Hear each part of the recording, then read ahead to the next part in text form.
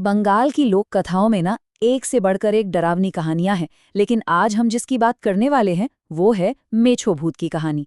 देखिए, मेछो का मतलब होता है मछली से जुड़ा हुआ। तो ये एक ऐसे प्रेत की कहानी है जो नदियों और तालाबों के आसपास घूमता है और जिसकी कच्ची मछली खाने की भूख कभी खत्म नहीं होती। चलिए, इस कहानी में और गहरे उतरते हैं। तो सोचिए, एक तूफानी बरसात वाली रात है। नदी में जबरदस्त तूफान आया हुआ है। ऐसा लग रहा है मानो पूरे गांव को ही निगल जाएगी। और ऐसे खराब मौसम में एक सरकारी अफसर है तपन, जो अपने परिवार के साथ एक बिल्कुल सुनसान इलाके में पहुंचते हैं। असल में उनका तबादला एक ऐसी जगह हुआ है जो बाकी दुनिया से लगभग कटी हुई है। उनका नया घर है नदी के किनारे बना एक पुराना सा सरकारी बंगला। और यहीं पर उनकी पहली मुलाकात होती है उस बंगले के केयरटेकर भुवन से, जिसका बर्ताव इस कहानी का पहला अशुभ संकेत देता है। जब तपन भुवन को उनके साथ गाड़ी में चलने के लिए कहते हैं तो वो बड़े अजीब तरीके से मना कर देता है। कहता है, इस वक्त जाना ठीक नहीं होगा।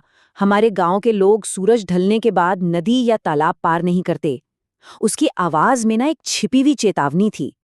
खैर, परिवार तो गाड़ी से आगे बढ़ जाता है, लेकिन तभी उन्हें नदी किनारे एक साया दिखाई देता है, हूबहू भुवन जैसा। और वो इतनी तेजी से आगे बढ़ रहा था कि यकीन करना मुश्किल था। पर जब वो बंगले पर पहुंचते हैं तो देखते हैं कि भुवन तो दूसरे रास्ते से आ रहा है और वो साफ मना कर देता है कि वो नदी के पास था ही नहीं। ये पहली ऐसी पहेली थी जिसका कोई जवाब किसी के पास नहीं था। रात तो जैसे तैसे गुजर गई, लेकिन अगली सुबह जो हुआ वो रात की उस अजीब घटना से भी कहीं ज्यादा डरावना था। रात की बारिश की वजह से जमीन अब भी गीली थी और उसी गीली मिट्टी पर बंगले के मेन दरवाजे से लेकर नदी तक किसी के पैरों के निशान बने हुए थे। पहली नजर में तो ऐसा ही लगता है कि शायद कोई घर से निकलकर नदी की तरफ गया होगा। लेकिन जैसे ही भुवन की नज़र उन निशानों पर पड़ती है, उसके चेहरे का रंग ही उड़ जाता है। वो कांपती हुई आवाज में कहता है, ये निशान घर से नदी की तरफ जाने के नहीं हैं, ये तो किसी के नदी से चलकर बंगले के अंदर आने के हैं। और इस एक सच ने वहां की हवा में खौफ खोल दिया। और फिर वो एक ऐसी बात बताता है जो सीधे बंगाल की लोक कथाओं के अंधेरे पन्नों से निकली थी। वो कहता है, जिसके पैर उल्टे हों, पीछे की तरफ मुड़े हुए, उसके कदमों के निशान बिल्कुल ऐसे ही दिखते हैं। अब ये बात साफ हो चुकी थी कि उस बंगले में वो लोग अकेले नहीं थे। इस घटना के बाद कुछ दिन शांति से गुजर जाते हैं। अब कहानी का फोकस तपन की बेटी सुगंधा पर आता है, जिसकी नदी किनारे हुई एक मुलाकात सब कुछ बदल कर रख देने वाली थी।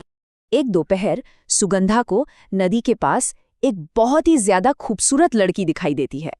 बड़ी बड़ी कजरारी आंखें, घनी चोटी और चेहरे पर एक अजीब सा खिंचाव था।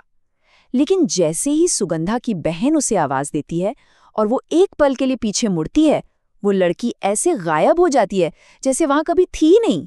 उस छोटी सी नामुमकिन सी मुलाकात में वो रहस्यमयी लड़की सुगंधा से एक बहुत अजीब सी फरमाइश करती है। वो कहती है, मुझे मछली खानी है, क्या तुम मुझे मछली दोगी? ये उस प्रेत की असली इच्छा का पहला इशारा था, जो आने वाले खौफ की नींव रख रहा था।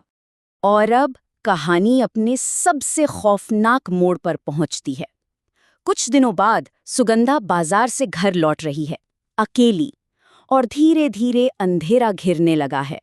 घर का रास्ता काफी लंबा और सुनसान था। पहले तो हवा में सड़ी हुई मछली की एक तेज बदबू फैल जाती है।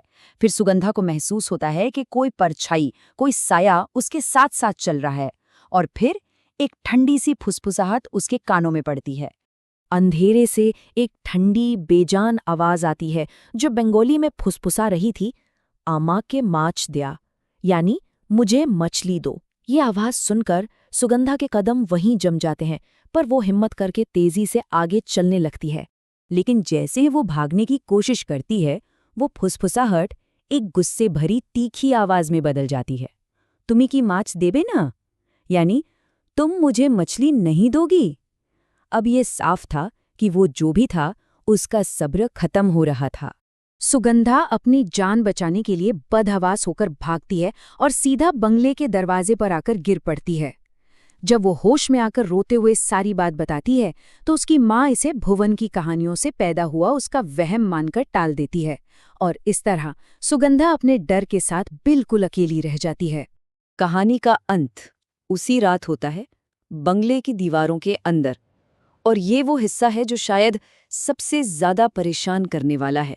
आधी रात के करीब रसोई से आ रही खटर-पटर की आवाज़ों से सुगंधा की माँ की नींद खुल जाती है।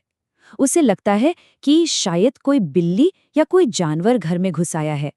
वो ये देखने के लिए दबे पांव रसोई की तरफ बढ़ती है। लेकिन रसोई का मंजर देखकर उसकी चीख गले में ही जम जाती है।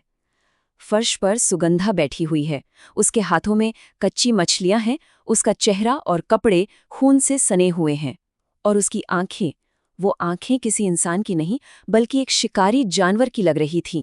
वो आधी कच्ची मछलियां खा चुकी थीं। जब उसकी माँ घबराकर पूछती है, सुगंधा, ये तुम क्या कर रही हो? तो जो जवाब आता है वो सुगंधा की आवाज में नहीं होता। एक बिल्कुल दूसरी अजनबी आवाज उसके मुंह से निकलती है। इसने मुझे मछली खिलाई, अब मैं इसी के साथ रहूंगी। और बस मेछो भूत का कब्जा पूरा हो चुका था। ये कहानी हमें ये सोचने पर मजबूर कर देती है कि क्या लोक कथाएं सिर्फ किस्से कहानियां होती हैं या फिर उन अनदेखी ताकतों के बारे में चेतावनियां जिन्हें हम अक्सर नज़रअंदाज कर देते हैं।